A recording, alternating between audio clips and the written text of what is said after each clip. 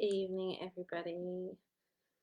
Ah, this thing that Facebook Live does on the desktop, where it suggests that I'm live, but this thinking thing is really playing with my mind. Anyway, all right, so now it looks like I'm on.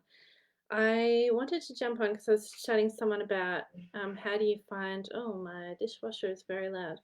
Hang on a minute. And I was gonna I decided to.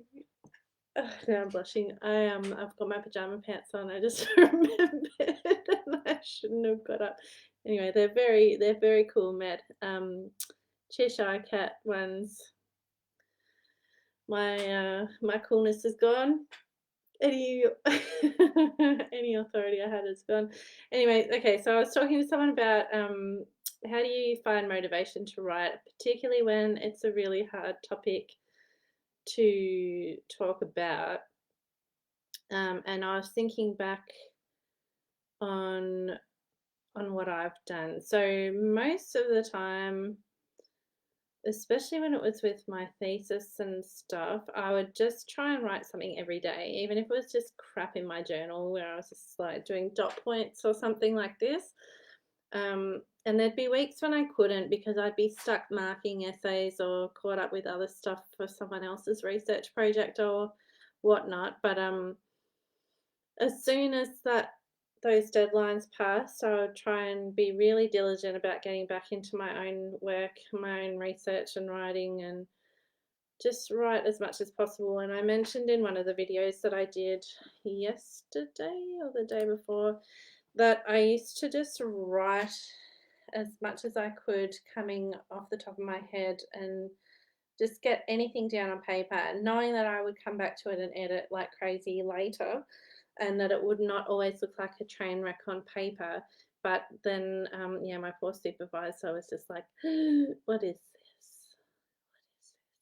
this?" Anyway, so that was a bit of a nightmare for her, I think, for a while. Anyway, we got through it, and then I was also thinking back on what's been the hardest material for me to write about. And I think it's still the essay I wrote and Stephen Ness again, who I mentioned the other day, who I did my undergrad with and my honours year. It was those murderer essays that we had to write for Adrian in, I think, what was it, History B or something, a very boring unit title, but we had to, it was our first time engaging with archival material, so we each had to go to the Public Records Office of Victoria, find a file on a murder case.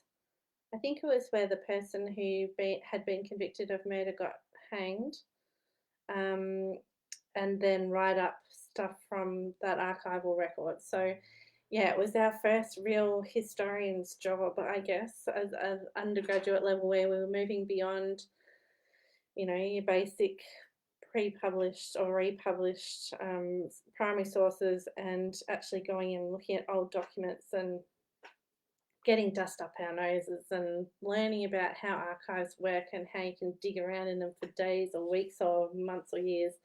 So yeah, for that I think I got assigned this guy named George Blunderfield, and that was his alias. Was that his real name? He had an alias or two or three, and he had been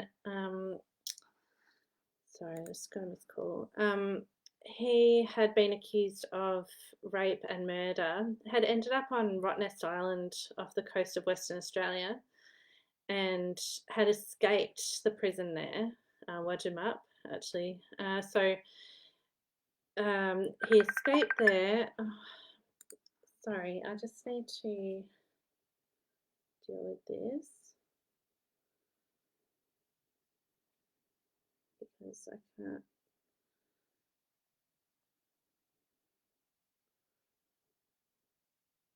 Just bear with me for a minute. Okay. So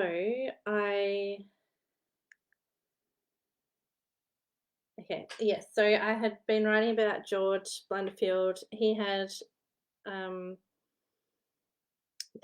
escaped Wajamup and then went across to Victoria. And it's over here that I went to the bridge where he murdered a woman and her child, and then he was hanged at the Old Melbourne Jail. So I went to the Old Melbourne Jail, and another exciting historian's moment of me being a huge nerd. Hey John, how's it going?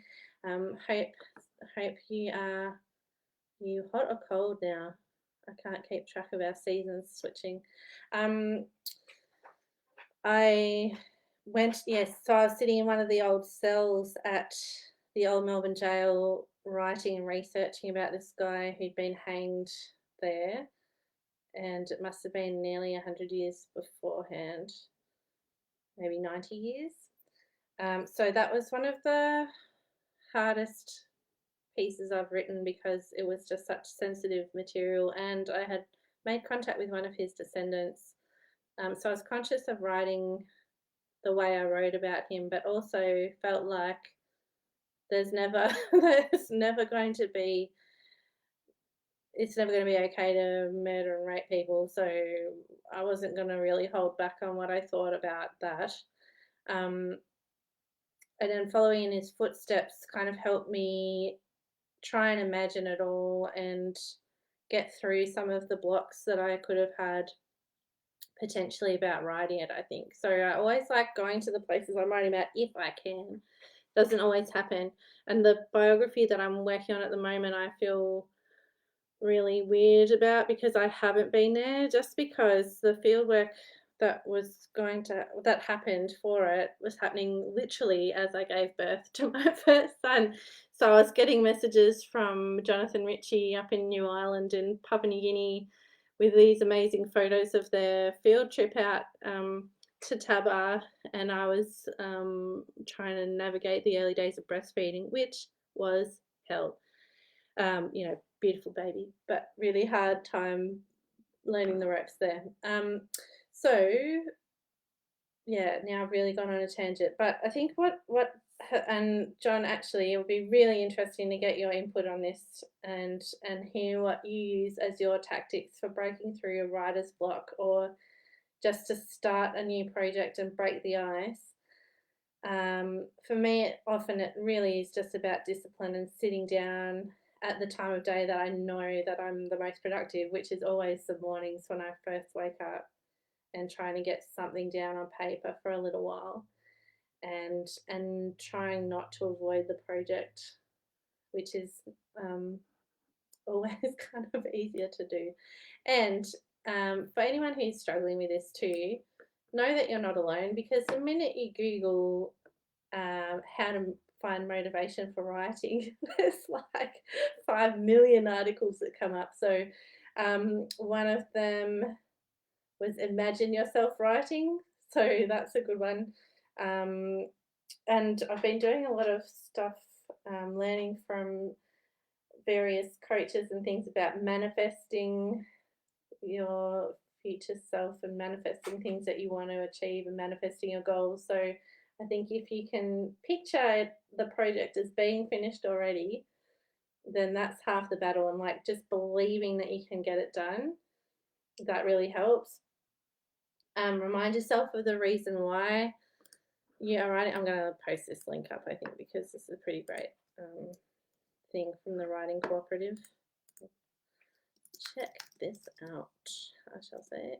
John said, I suggest you start by writing about a thing you like, love, and know about. Yeah, something familiar. Actually, that was an opening line on a book that I remember reading, and it stuck with me forever. It's just write from what you know, which again, as a historian, is not always easy.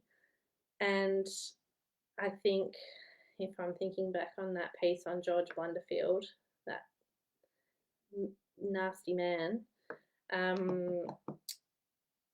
I'll never understand him. But what I did try and think about were the places. So the places were what I could kind of connect to, especially because the places where he ended up were very significant sites in around my state, my home state. So I was able to go. I knew I could see already the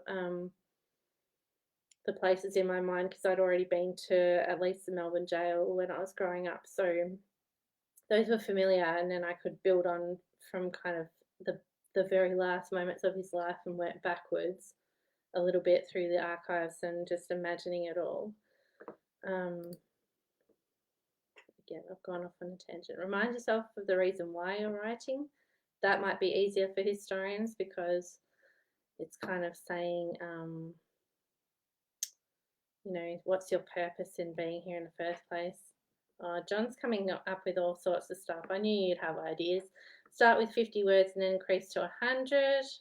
Put the writing in a drawer and leave it for a week and review and rewrite as appropriate. Yeah, I think leaving it alone when you've hit a wall is such a good thing to do. That's why it's good to make sure that you're not smashed right up against a deadline.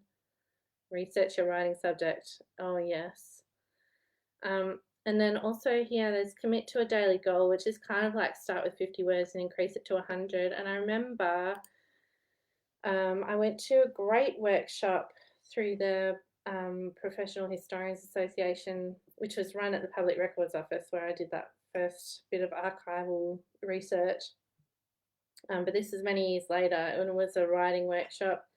And Graham Davidson, who's a great history writer, was saying that he would have a set number of words that he would try and write in a day, and then he would reward himself with something that he enjoyed doing, which was usually getting out into his garden. And so I remember doing that. And I've done that a lot with essay marking, where I'm just like, I'll mark 10 essays a day, and then I'm getting outside, and that's my goal. So it's kind of like a little reward. And then at other times of desperation, it's been, I'll mark 10 essays and then I'll eat 5 Lindt chocolate balls.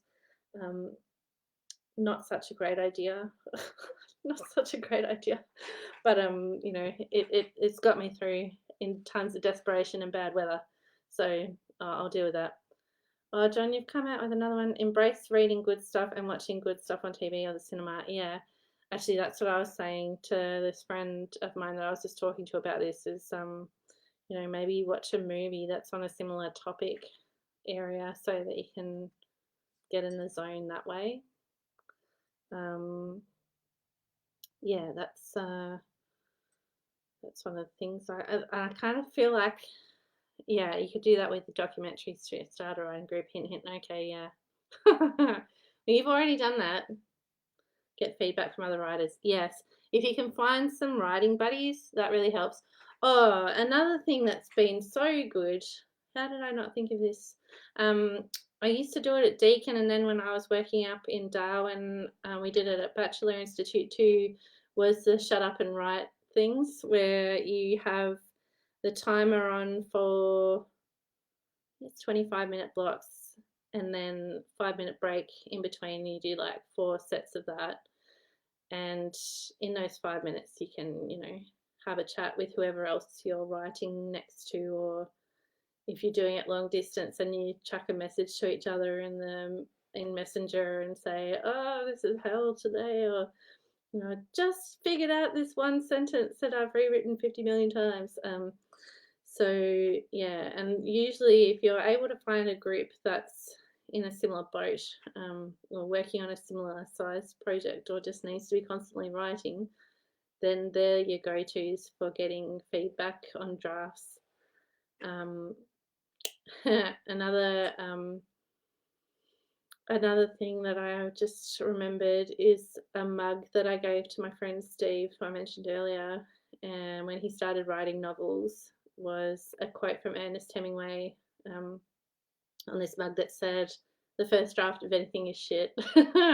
So yeah, I think if you're hypercritical of your work, that can be really paralyzing too.